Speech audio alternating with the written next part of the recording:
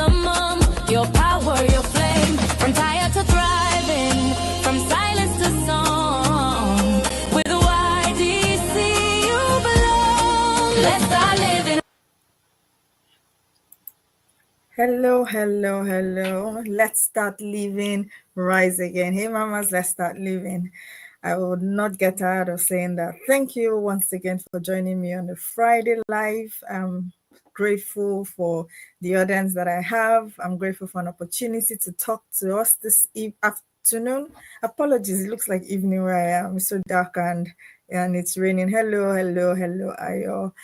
Thank you for joining me once again on another Friday Live. I don't take your time for granted, and let's dive right into today's topic: sacred boundaries and protecting your peace without guilt. I want us to think about this when we're talking about, oh, you're enjoying and dancing to the music. Even me, I forgot I was live. I was enjoying the music too. I think it's a good one. Yeah. I want us to understand one thing before I go on. A boundary isn't a wall. You're not trying to create walls. You're not trying to create walls around yourself or to exclude people from your life. It's just your own way of declaring what is sacred or what is important to you. So when we say boundaries, we're not saying, just yank people off from your life. No, you're just going to be declaring. It's just a way of declaring, what's sacred to you. Good afternoon. Thank you so much for joining us. Lots of letters. I appreciate your time with me this afternoon. Thank you. So we're going to, thank you again. And we're going to continue from we're having 6 weeks of the Mastery series. And this is the week 3, where we are building from wholeness. We've talked about the architecture of peace. We've talked about managing your energy with wisdom. That was last week.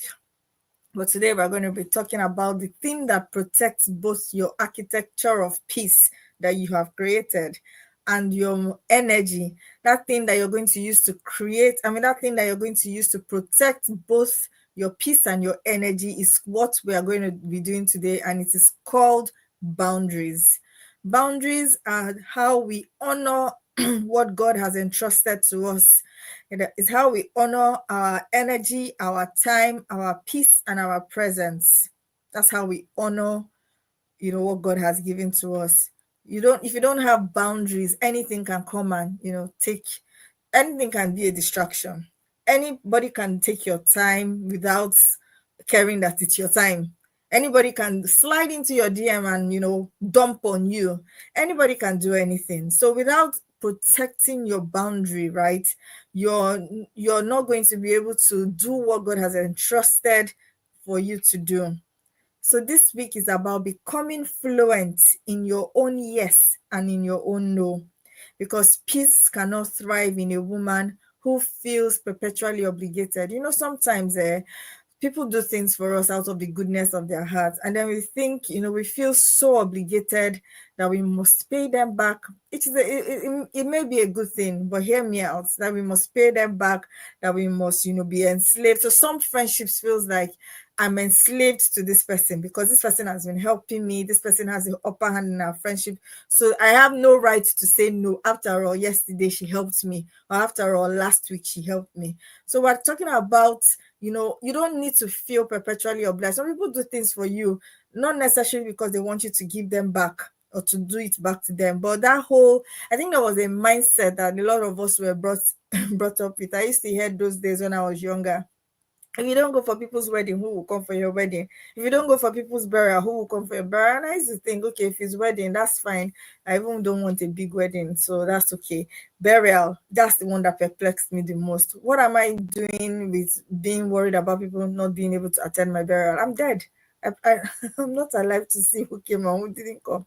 So I used to hear those things. I heard that. I don't know, maybe I'm the only one that heard it, but I used to hear that a lot. If you don't do this, if you're not, if you don't attend people's this, they won't come for you. And that's fine. I'm happy when they don't come.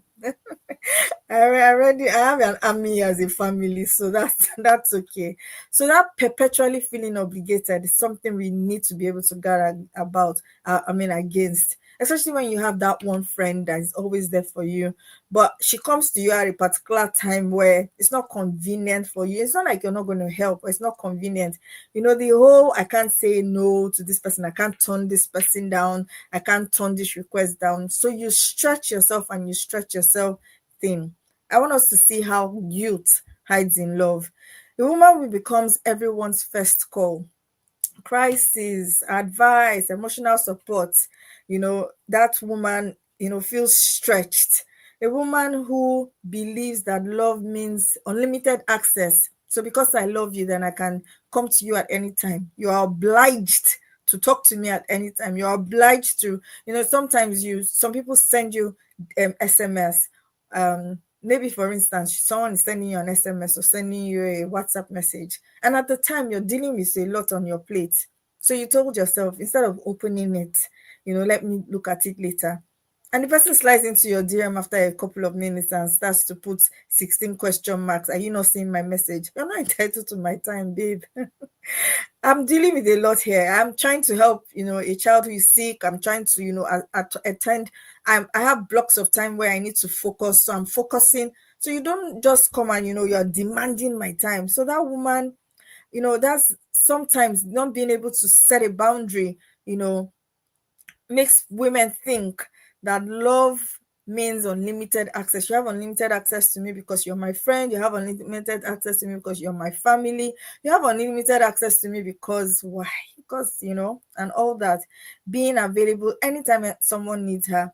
She equates care with constant availability. So she's that woman who wants to respond to your message immediately when it's not convenient. She's constantly on her phone because she thinks that, okay, I need to be available. I had a friend who lost her dad, and the time they were calling her to tell her that her dad had died, her phone, it was night, it was in the middle of the night. So her phone, she used to turn off her phone. So her phone was switched off. So she started carrying that guilt around and saying that she would stop turning off her phone at night.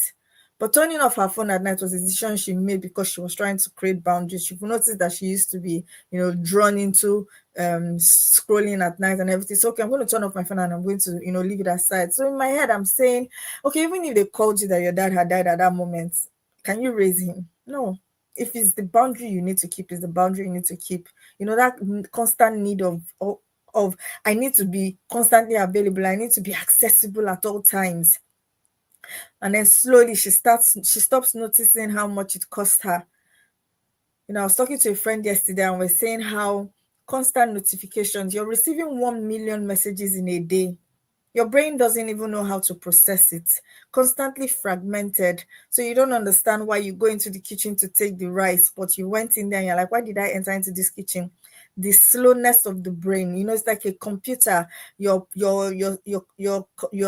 processing unit, central processing unit is not it's like having 700 tabs on your tablet, on your laptop or on your phone. It slows down the battery, it slows down the processing. So you will need to be able to create spaces in your day where you're not attending to, apart from maybe if you have very little kids, obviously I wouldn't say ignore them, but if you have adult children or medium-sized children or children who are able to understand, have a time in your day where you don't, even if it's 10 minutes, you see that constantly being needed, that constantly being available. There's something that it does to you. You don't even understand why you end your day and you cannot see what you have done in the day. You can't see it. You're on your phone because your friends, you are in so many WhatsApp groups because all your friends need your attention. Oh, please, babe, do you think this blue blouse, what do you think about this blue blouse? Or what do you think about this yellow blouse? You're helping everybody. You are available for everybody, even the mundane things that your friend should be able to handle herself. We're all adults, yes. We should be there for people, but there's boundaries to it. So she doesn't notice how much it's costing her, how she's rushing her meals, how she's not sleeping deep. And when you don't sleep deep, it obviously affects your processing unit again. And then you start to feel drained, you start to feel tired, you start to feel, your body becomes heavy. That's when people reach out for comfort foods. That's when people reach out for fast meals. That's when people reach out for sugar, because it feels like there's something crashing inside your body. There's no space for your own needs. So she keeps hearing things like people keep telling her things like, oh, you're such a lifesaver. Ah, thank you so much. And then it makes you feel good. So then you become more available. Makes you feel good, makes you feel cool with yourself that you are a lifesaver and you are helping everybody, you're helping the whole of humankind. And then that cycle of continuously saying yes until empty becomes her default. So she's tired, cranky with the kids, cranky with her husband, resentful towards her husband because there's no space for her own needs. Can you see why we need to create boundaries? Can you see why you need to turn off notifications, turn off your phone, put your phone in phone jail for a couple of hours at night? Face your own needs, face your thoughts. Some of you are constantly wanting to be needed because you are afraid to face your own thoughts. The fact that you are needed gives you a sense of importance and a sense of usefulness. You are afraid of no noise. You're afraid of not being needed. You're afraid of not, hearing your own thoughts. And then it becomes an issue. And then you start to run on empty. That woman starts to run on empty. When a woman starts to run on empty, there's not much she can do. She can't be as productive as she wishes to be. There's too much unfinished cycles in her life, too much unfinished loops in her life. She doesn't understand why she has brain fog. And everything is unfortunately linked to one thing is unfortunately linked to the other. So you start to have that brain fog, and then you start to feel the need. Oh, let me just take one bottle of Coke. One bottle of Coke, sugar rush, sugar bush, a big sugar boost. And then that becomes a depleted woman at the end of the day. Imagine running like this for a couple of months, a couple of weeks, and then it becomes a default. And then you start feeling lost because everything is a cycle. Nothing happens in isolation. Sometimes she's, fixing problems that are not really her responsibility, even while she's running on empty. She's just realizing, and then one day she just realizes that the that her peace was paying the price for everybody's comfort. She just realizes that everybody just needs me, but there's a price. My peace is the one paying the price for everybody's need. Love without boundaries isn't love. It's slow depletion disguised as devotion. When you love without boundaries, you're not showing love. You know what the Bible says about love: patience and kind, self-control. Even you, to feel like the savior of the world, there's a sense of self-control that you need to have. Like, I'm not. So sometimes when I hear something, I'm like, how does this affect me? What is the essence of this thing that I'm hearing right now? Do I really need to have a say? Because you're using that brain power. You're using that. Hello, Esther, thank you for joining us. You're using that brain power. You're using that brain space that you could have been using for your productivity, for your own, for your own becoming, for whatever it is you want to be, for the kids, for the family. You're giving it out for free. That's the thing. There's no source of energy for family, and then source of energy for husband, and then source of energy for creation. It's one source. There's one energy source. So we need to be careful to have boundaries against this energy, like we saw last week. And the thing about it is that no one is forcing it. So when I was reading a story just before this class, and the guy said that he didn't realize how much he used to explain. So if he wants to, like, for instance, if somebody invites him somewhere and then they're like, oh, can you come with us? And then he will say, instead of saying, no, I'm sorry, I'm busy right now, I can't come, he will go on and on about how he would have loved to, how he would have been nice to, but in the last 4 months things have happened to him, so he has decided not to spend too much. He said that he was doing this thing so much he didn't even realize, until one day his brother said, where are you going to? And then he was like, oh, I deserve a holiday, I need to rest. And then he started explaining and justifying why he needed it. And his brother paused him and said, dude, I only asked you where you were going to out of interest, as per conversation. I wasn't asking you to give me a rollout of your life problems in the last 6 months. A lot of us do that over explaining, because we don't think our no is enough, and we don't think our yes is enough. So yes and no are complete sentences. I can and I can't. It's okay. But the need to want to explain comes from that I don't know how to disappoint you. You want to please everyone. I don't know how to disappoint you. I don't know how to shut. I'm not, disappointing somebody feels like shutting the person out. And it's a trigger response for you. So you are happy to be small just to make sure that everybody can, climb on your back and get to where they are going to. You don't need to explain, over explain, over explain, over explain. I had to learn it when I got to England. They would ask you, are you coming for this meeting? Yes or no. Nobody's asking you about nobody's even listening to you about your family problem. Nobody wants to know. Nobody really cares. That's the truth. So you sit down there, you're explaining to your sisters, you're explaining to your friends why you cannot do something. Ask yourself, do they really, really want to know? And nobody forced you to overgive. Nobody forced you to abandon yourself, but it's just that thing about being a nurturer. We are natural nurturers, right? So we want to make sure that everybody's happy.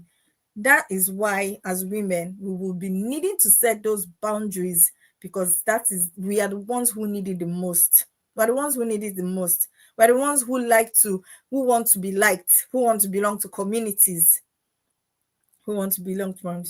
So boundaries is not about pushing people away. It's just that we are teaching people where connection can stay healthy. You see, when you overgive in a relationship, that relationship is not healthy. When you overgive in a relationship, that relationship is not healthy. You will start to feel resentful. You start to hear things like, oh, after everything I have done for her, oh, even if it's me now, she asks me, I'm happy to do it. When I ask her, she tells me no. You start to feel entitled to even your friends, yes or no. You start to feel entitled to other people's time. It's a dangerous place to be. When you overgive, right? You're not building. There's no relationship that is healthy that thrives with overgiving. Somebody has to be able to say, okay, I respect the boundaries that you put.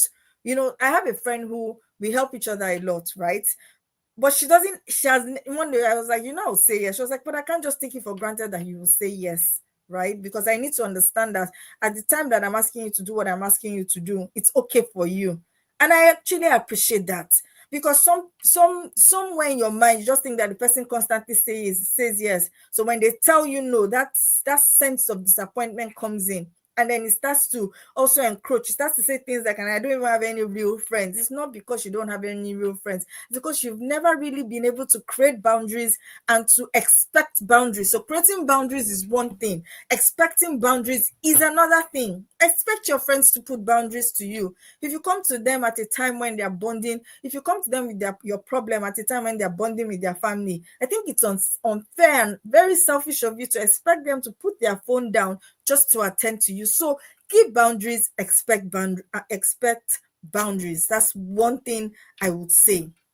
So what boundaries really are? Good afternoon, Cordelia. Thank you so much for joining. What boundaries really are? When we set a boundary, we are not controlling others. We are governing ourselves. It's emotional maturity. You're not telling other people that, oh, I'm trying to control you, blah, blah. No, you're just being emotionally mature. An emotionally person knows how to create boundaries. Because even with your husband, if there are no boundaries, if you just think, oh, he's my husband, I can do him as he likes, he will run away. Relationships thrive. A healthy relationship, no matter what it is, not even if it's your twin sister, even if you are a co-joined twins, a healthy relationship only thrives on boundaries. Expect it and give it. It's saying, here's how I can love you without losing me. You're not losing yourself just because you want somebody else to be happy. You're not losing yourself just because. So I want to be able to be free in your presence. Sounds like Jesus.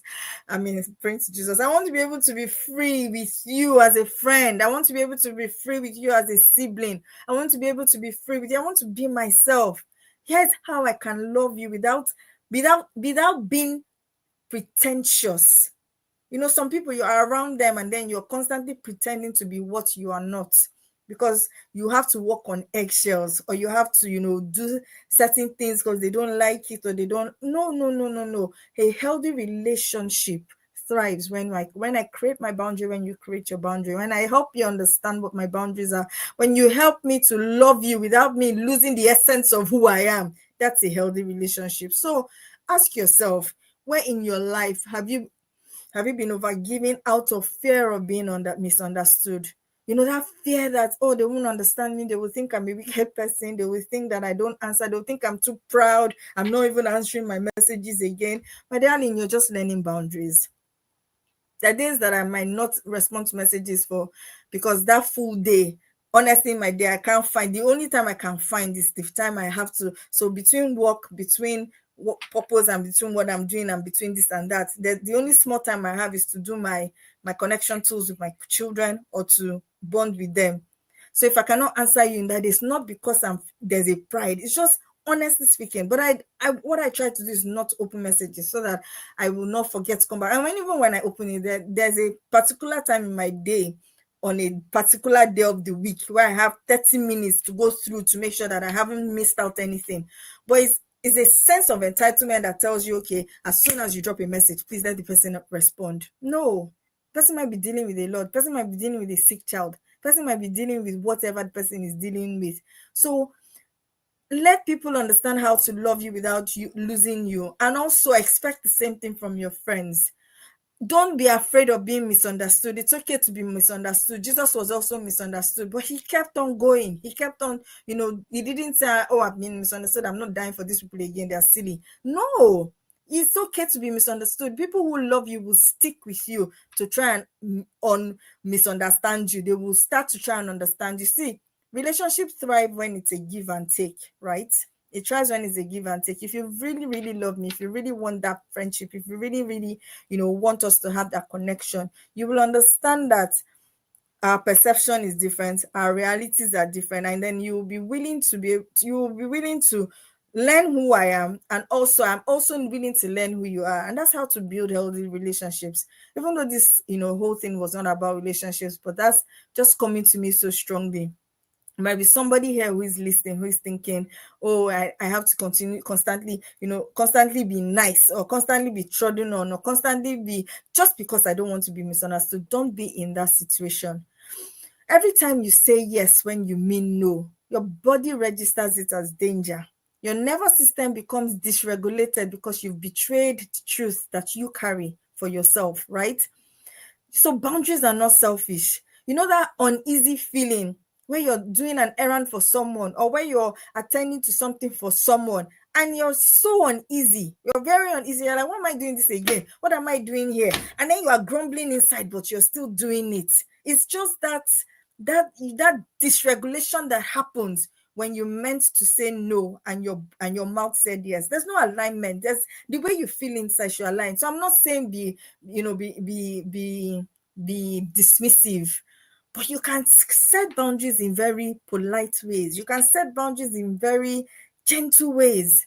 Oh, right now, the holiday is coming, and people would start asking you for money. People might start asking you, auntie, Christmas something, just drop 2 urgent K for me. And then you feel the obligation to just say yes. You don't really have it. You don't even have the money to buy the children the presents. Some of your children will be asking for 200-pound shoes or something like that. You don't even have it. Can you learn to start telling even your children no? Not in a way that makes them feel like, oh, you never give me anything. But there's a way to present this thing that they have, oh, mommy, don't worry. Mommy, no, we'll use our savings. But you shouldn't give an illusion of, you shouldn't be miserable just to make other people happy.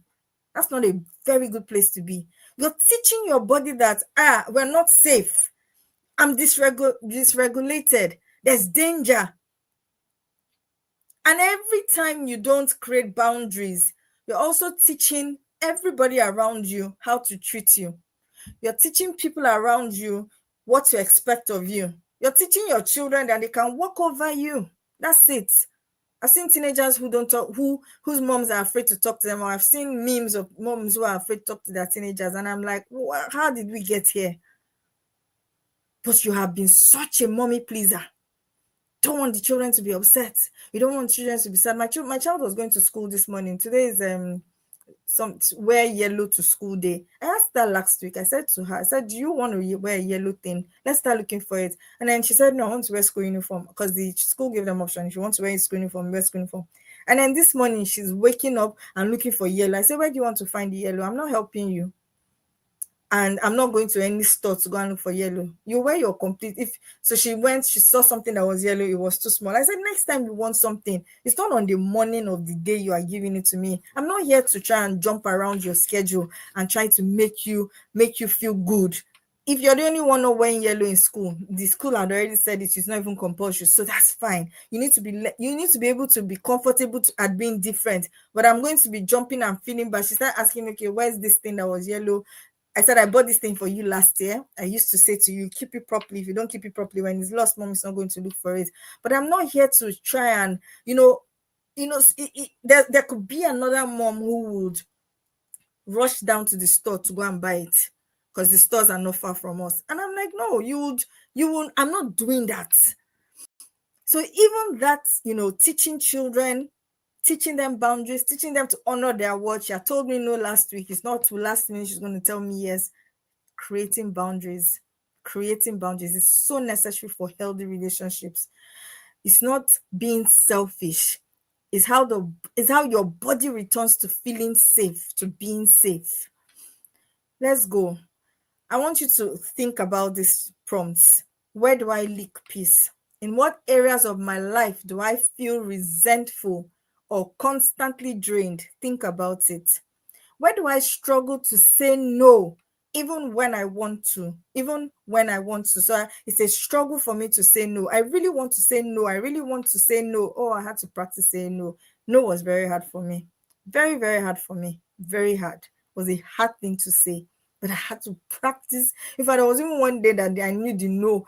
When I started practicing, I knew the no wasn't warranted because I could do it, but I said I would still say the no, because these people will keep coming back. They will keep breaking boundaries. They will. It's normal. It's normal for human beings to want more. Oliver Twisties. They will want more. They will come and they will twist out the little drop of sanity that you have. So that day I had to practice my no. Normally, those days I would ignore your text, leave it on read. I'm not ignoring your text. I'm not leaving it on read. I'm happily telling you my no. What story do I tell myself when I start feeling guilty for protecting my peace? Think about the stories you tell yourself.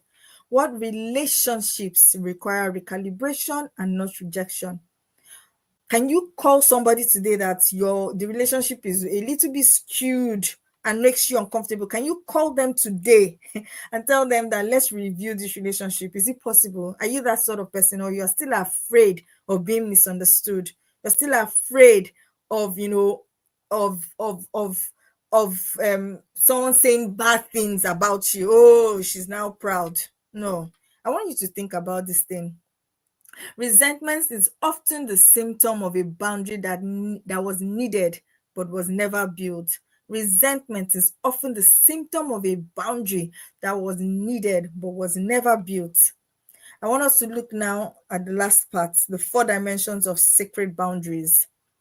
The 4 dimensions of sacred boundaries. Not every good thing, spiritual boundaries. Honoring your assignment. Not every good thing is a good thing. Not every good thing is a good thing. You are anointed for certain people, certain spaces, and certain seasons. There are seasons in your life where somebody will be your friend, and the next season, the person is your friend. Please, that's okay. I had to learn it. Sometimes you are carrying people along on your journey. You're carrying people along on your path, but they are very heavy. They don't belong to the particular season that you are in your life at the time. They're very heavy. You're just carrying them because you don't want to look like, I don't want to look like a bad person. That is sometimes usually the problem. I don't want to look like I am abandoning friendships. I don't want to look like I'm abandoning, these people are, when my father died 7 years ago, these people were there for me. There are seasons of life. There are people that you won't talk to for a year, but when you get back to them, because they are friends for life-ish. When you get back to them, they don't remember that you haven't spoken for 1 year, because every time you see them, there's something that There's something about them that brings life, and they bring life into your relationship. They bring life into your life for this time that they are with you, for maybe the 2-3 days that you talk in 1 year. They bring life, but you don't talk every day, and that's okay. And there's some people that you're like, you've helped this person, you've grown with this person, you guys have supported each other in a particular season. It's possible to outgrow friendships. It's possible to outgrow spaces. It's possible to outgrow even people. So understand your spiritual boundaries, honor your assignment. Who are the people that you need for the particular assignment that you have in your life at the moment? Who are the people that can push you forward? Who are the people that you are pushing forward? Because it's not only just about you. Like I said, you create and you expect. So you're not just creating, you're also expecting. The way you are helping somebody also is helping you. Who are you meant to push at the time? Because you can go and be pushing stone and you're wasting energy. There's some people that you will tell them over and over and over again that let's join this group, let's do this thing together, let's do that thing together. And in all honest truth, you're just pushing stone. They're not going to be listening to you. They're not going to be moving forward with you. They can't see the vision that you're seeing. So they are stone. They are like weights. When your spiritual assignment, when your attachment to someone and your spiritual attachment are not aligning, it becomes weight. I'm not saying you're not talking to them, but you're trying to carry them, but they cannot see the vision that you're saying. They cannot, in fact, the things that excite you do not excite them. You must begin to understand where your grace ends and where your grace begins and where your grace ends. You must know it. You must know when you have grace to keep on pushing stone. If the stone is not moving, please move on. When we get into heaven, nobody's going to ask you, two of you together, what did you do together? We're all giving an account individually. So it's best you understand the season and try and run as much as you can. You will find people that you will need to push. You will find people that will push you. When you operate outside your assignment, you move from grace into grind. When you operate outside your assignment. So understanding spiritual boundaries is so important, and I cannot emphasize it enough. Mental boundaries, protecting clarity. Mental clutter is often the result of open loops, unfinished conversations, unanswered messages, unmade decisions. These things are open loops. You start a project, you don't finish it. Your brain usually seeks closure. You see, when you read or when you listen to or when you read horror movies, not horror movies, sorry, crime movies or crime series, when you read it or you see somebody who had lost somebody a long time ago, maybe the person went missing, the person went, just went missing. Oh, this person went missing 20 years ago. 20 years later, it's just like the Magdalene McCain story. Her parents are still looking for her.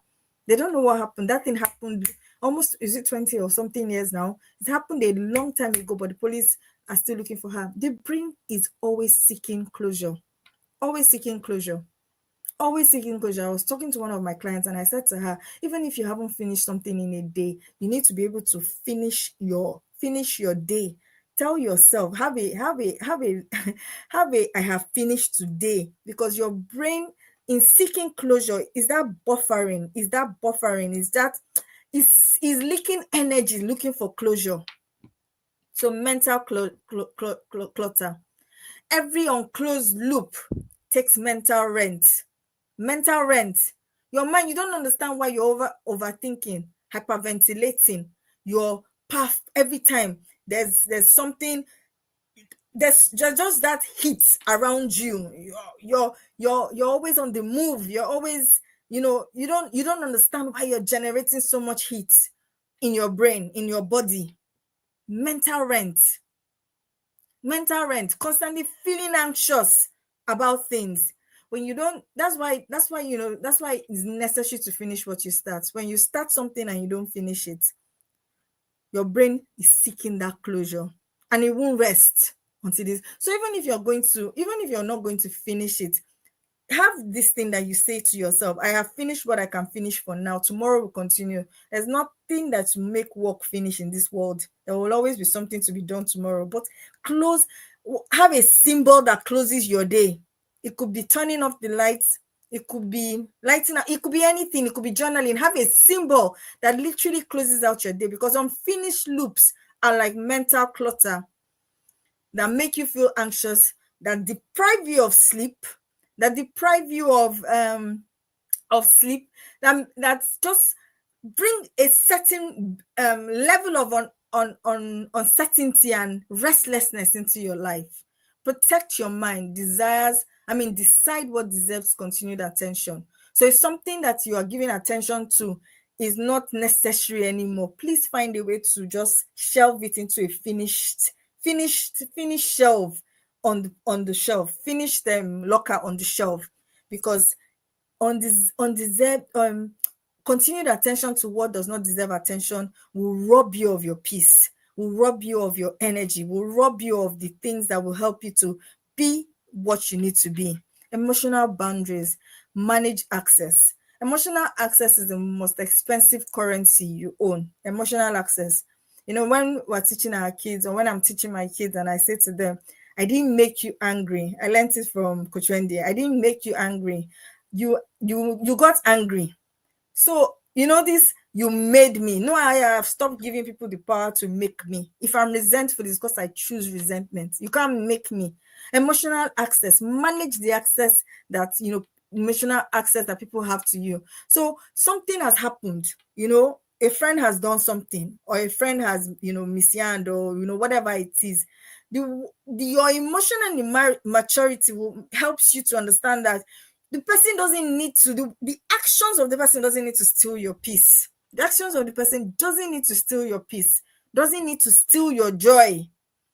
Keeping your joy intact, no matter what, even if the person is very close to you, maybe your husband or your kids, keeping your emotional joy or your emotional integrity or your emotional landscape intact, despite what other people are doing, is your greatest access to growth. Because when you are moved by every wind of doctrine, when you are moved by everybody's mood, when you are moved by whatever you see and whatever is said, you can't go far. You cannot keep letting everyone have backstage passes into your inner world. Let me say that again. You cannot let everyone have backstage passes into your inner world. Emotional intelligence is knowing what level of access each relationship can safely hold. What's the level of access you're giving to everybody around you, to your friends? Have you broken it down? What's the level of access? There's something that a friend should do to you, and you're like, I'm not bothered. She doesn't have that level of access to my emotional life. No. Protect your emotional energy. Protect it. Because that's where a lot of times for women, where the biggest leakage comes from. Oh, I didn't feel like, oh, she made me feel this. No. Emotional intelligence is something we should pursue so hard, especially if you're on a path of purpose, especially if you're trying to build something tangible for your life. You cannot be affected by every single thing said online and offline. You can't be affected by it. You're not permitted to. I'm sorry. You're not permitted to. Some people belong to your courtyard, some into your bedroom. Know who belongs into your courtyard, into your outer room, or into your outer space, and know who belongs into your boardroom. It's not everybody who belongs into your bedroom. Sorry. It's not everybody who belongs into your bedroom. Now, this last boundary you need to create is physical and time boundaries. Physical and time boundaries. Protecting your rhythms. Every yes you tell somebody has a cost. Every time you overcommit, you borrow from your rest. So every time you're saying yes, you're saying yes, you're saying yes, there's a cost to it. It will cost you your peace. It will cost you the time you were supposed to use to rest, the time you were supposed to use to create, the time you were supposed to use to, read, whatever it was that you wanted to do, there's a cost. You don't have free time, unfortunately. You don't have free time. There's no free time. Every time you're doing something with it. You're either borrowing it to someone, or borrowing it to social media, or borrowing it to phone calls, long phone calls that are not taking you anywhere, or borrowing it to whatever it is, or borrowing it to skits, or borrowing it to whatever it is. You're borrowing it out. And you can't get it back. Oh, it's not the borrow that's okay, tomorrow you pay me back. Every time you spend like that has gone. And that's life. That's your life gone. So every time you overcommit, remember that you're borrowing from your rest. Time boundaries are how you make your peace visible. When you schedule your day, do you have white spaces in your schedule? Do you have spaces where it's me and just me, myself, okay, me, myself, and I, or me and God, or this is my quiet hour? What's your day like? Are you deliberate about creating spaces like that for yourself during the day? Are you deliberate about it? Are you intentional about creating silent spaces? Maybe calming music where your brain can think, where you tell yourself, I'm not adding any more thing onto my plate. I know you're busy. I know you're a mom. I know that need you. But I would always say it, and I'll always say it, you will really need to teach your kids when boundaries. They would also learn it from you. Where you don't create boundaries around your own self, they won't learn how to create boundaries for their own selves, for their own friendships, for their own relationships. It's best that they start learning it from you. More 10 minutes, 10 minutes mommy time, 30 minutes mommy time. That's fine. It depends on the ages of the kids. I know that if you have a baby in hand, that will be very difficult. But what about when the baby sleeps? The baby sleeps and then you give yourself, who are you giving yourself to the whole world? People who don't know you exist, people don't who need your engagement for algorithm, or people who need your engagement for for monetization. Be careful who you're giving your energy to. Be careful who you're giving your energy to. And as I round off, because I'm nearly at the end, have a personal boundary declaration. You can say something like this. You can say things like, I'm no longer available for conversations that require me to shrink. I'm no longer for conversations like that. I'm no longer available for conversations that don't add anything to my life. You can have those boundary statements. I'm no longer available for that. So I'm not saying you should go and tell your friends, but have it. Let it be a mantra that you tell yourself. So when the conversation comes, and it's a conversation that is making you shrink, or it's a conversation that is making you to forget yourself, or it's a conversation that is making you feel small, you know that that's your cue to exit such a conversation.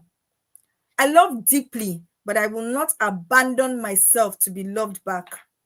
I love deeply, but I will not abandon myself. So this particular one is usually very true with marriages, where one person is giving in so much and then not receiving enough. You will need, I'm not the one that will teach you that one, but you can love deeply, but don't abandon yourself just to be loved back. Don't abandon yourself. I'm allowed to rest even when others are still running. You're constantly trying to prove that you're useful. Rest is also part of the things that you need to do to be useful. If you don't rest, you crash. So when you rest, don't feel guilty about resting. Don't feel guilty about having a down season. Don't feel guilty about the things that are for your own reset. Don't feel guilty about it. Boundaries are invitation to mutual respect, not rejection. When guilt rises, remind yourself, my peace is not up for negotiation. That's one thing you shouldn't negotiate with. Don't negotiate your peace. If something is not bringing you peace, please don't negotiate your peace. Guilt is the echo of your old identity trying to keep you small. Let it echo, but don't let it guide you. Don't let guilt, don't what's the word?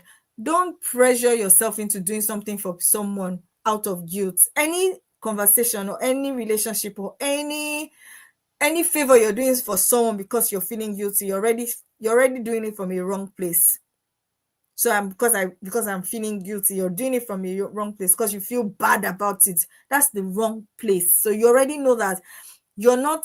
See, your body signals don't lie. You know what you're feeling inside your body, this discomfort that you're feeling inside your body, this feeling bad, this feeling small, they don't lie. So when the things that you're doing are already pointing towards you feeling small, feeling this, feeling that, step back.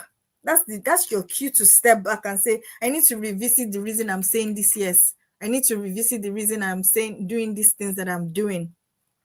When you start honoring your limits, some people will call you selfish, and that's fine. That's fine. But People who benefit from your lack of boundaries will always, always interpret your healing as hostility. Your boundaries are sacred. Your peace is sacred. You will honor what God has entrusted you with.